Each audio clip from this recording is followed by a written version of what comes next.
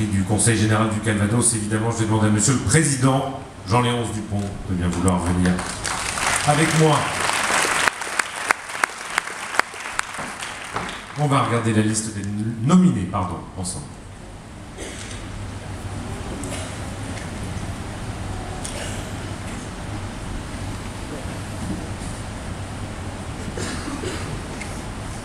Célia Mercier, Figaro Magazine.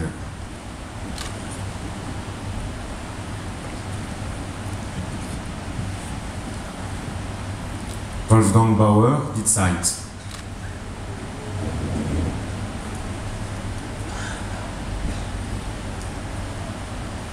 Jean-Louis Le Touzet pour Libération.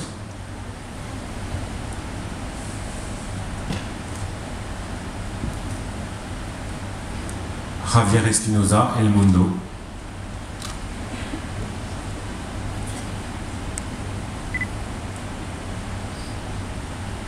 Olivier Thalès, La Croix.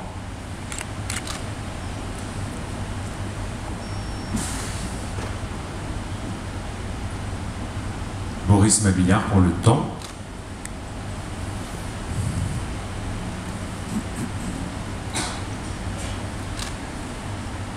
Rémi Ourdan pour Le Monde.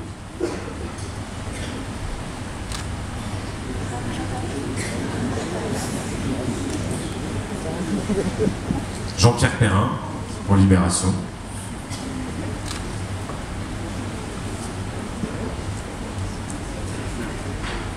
François-Xavier Trégan, Le Monde également.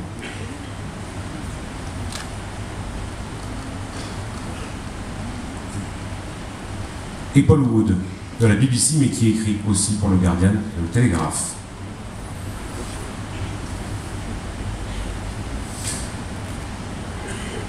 Alors, attendez avant d'ouvrir l'enveloppe, Jean-Léonce, on va découvrir d'abord le 3e prix qui revient à Rémi Ourdan, qui est ici présent. Bravo Rémi Ourdan.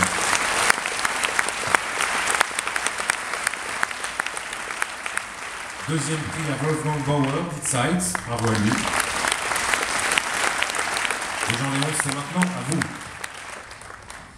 Alors le premier prix, le trophée écrit, le trophée presse écrite, prix du Conseil général du Calvados, est attribué à Javier Espinosa de El Mundo. Bravo. Javier qui est ici, vous l'avez vu hier soir, vous parlez longuement de la série.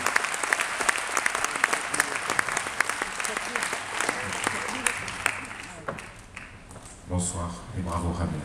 Nathalie Bourrus, l'excellente, la célèbre Nathalie Bourrus, la voix de Bayeux, rédactrice en chef à France 24, qui va nous lire tout de suite un extrait du reportage de Javier. Ce jour-là fut l'un des plus sanglants de la répression. Abou Soufiane se souvient d'avoir compté jusqu'à 22 cadavres chez lui. La chambre où il les gardait, jusqu'à ce qu'il soit possible de les enterrer, était bondée. Idem pour le salon. Il n'y avait plus de place, alors j'ai dû mettre l'un des corps dans la chambre, celle où dormaient mes enfants. Lorsque l'arrivée de dépouille eut cessé, Abou Soufiane a demandé à Monaya, l'un de ses 4 enfants, de les recompter pour confirmer qu'ils étaient bien 22. Le garçon de 6 ans revint un peu troublé. « Papa, je n'en trouve que 21. Il me manque un mort. » Il s'était trompé en comptant, le pauvre, indiqua le fossoyeur improvisé. La situation que décrit cet habitant de Homs répond aux paramètres disloqués qui régissent désormais le quartier de Baba-Meur. Les vivants cohabitent avec les morts, les enfants comptabilisent les cadavres. La tâche actuelle d'Abou Soufiane est loin de celle qu'il exerçait jusqu'au début de la révolte en Syrie. Il n'avait jamais rien eu à voir avec les défunts, il vendait du Pepsi-Cola et autres boissons gazeuses aux vivants.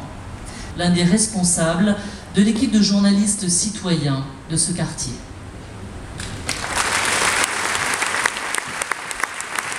Javier, un grand bravo. Je viens d'entendre un extrait de votre reportage. Vous avez longuement parlé hier soir ici même de la Syrie, mais je pense qu'il y a beaucoup de gens qui ont encore envie de vous entendre et d'entendre ce récit que vous nous faisiez hier, de ces doutes que vous aviez aussi sur l'utilité de faire ces articles. Il y avait ce débat hier avec votre consoeur Maïté Carrasco aussi. Comment est-ce qu'aujourd'hui, ces reportages peuvent servir à quelque chose ou pas? Est-ce vous êtes dans ce questionnement? Je crois que je vais prendre l'occasion pour m'adresser à responsables des médias qui sont ici dans cette salle. Il fait envoyer des journalistes sur place à la série parce que maintenant, peut-être que plus de 95% des journalistes qui sont à la série sont des freelances qui travaillent dans des conditions terribles et très difficiles, mais les grands médias ont presque disparu. Il n'y a pas. Et on a le devoir d'envoyer des journalistes là-bas parce que même si c'est risqué, on a le devoir de savoir ce qui se passe là-bas. On va laisser les Syriens mourir pendant des années. Ça, on l'a vu déjà à Bosnie. Mais à moi, on a le devoir de leur donner la possibilité de s'exprimer, de nous expliquer comment ils s'y font tuer. Vous comptez y retourner bientôt? Oui, très tôt.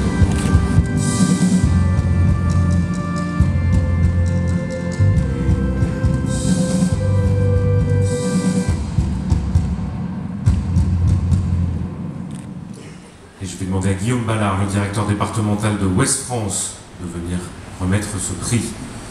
Bonsoir Guillaume Ballard.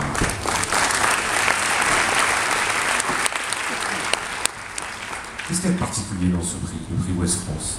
Le prix Ouest France Jean Marin surtout, hein, Jean Marin qui était venu derrière les Alliés justement libérer nos journaux en France, et donc là c'est important. On parlait tout à l'heure de la liberté, et la liberté passe aussi par la presse. Et je pense que les amis reporters ici sont les témoins de ce combat au quotidien. Je vais vous laisser annoncer le prix du lauréat du prix Ouest France Jean Marin. Alors le prix Ouest France Jean Marin est attribué à un faux chauve, Rémi Ourdan. Rémi Ourdan ici présent.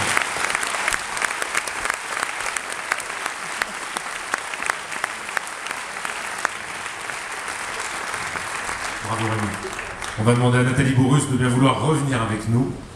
Oui, Rémi n'a pas eu son prix encore. Et Nathalie va nous lire un extrait du reportage au Mexique de Rémi Ourdan. Mon dealer de la Linéa m'a proposé de vendre de la drogue. J'avais 19 ans, explique Miguel. 2 ans plus tard, parce que je réalisais de bons bénéfices et que j'étais sérieux, il m'a confié la responsabilité de 2 points de vente.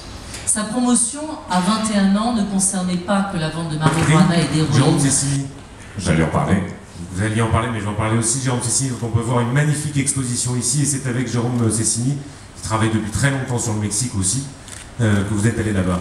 Ah, pas aussi, lui il travaille depuis très longtemps sur le Mexique. C'était pas vraiment votre zone de Moi c'était une incursion de quelques semaines. Je salue le travail de Jérôme, qui travaille depuis 6 ans entre chaque conflit. Moi j'aime bien aller dans les endroits dont on parle moins. Je me souviens, après le Kosovo, être allé en Sierra Leone, après la Libye, j'ai eu envie d'aller voir le Mexique où il y avait la guerre depuis 5 ans et maintenant près de 60 000 morts, c'est une vraie guerre. Bon. Mais moi qui travaille souvent en solo, là on a vraiment travaillé en duo et Jérôme était vraiment le spécialiste des deux. Donc voilà, je vous invite à découvrir son travail parce qu'après 6 ans de travail, il présente enfin son livre et son exposition ici à Bayeux, The Wrong Side. Donc le salut qui est un formidable compagnon de voyage et c'est sans doute l'un des meilleurs livres photos que j'ai vu depuis un bon moment.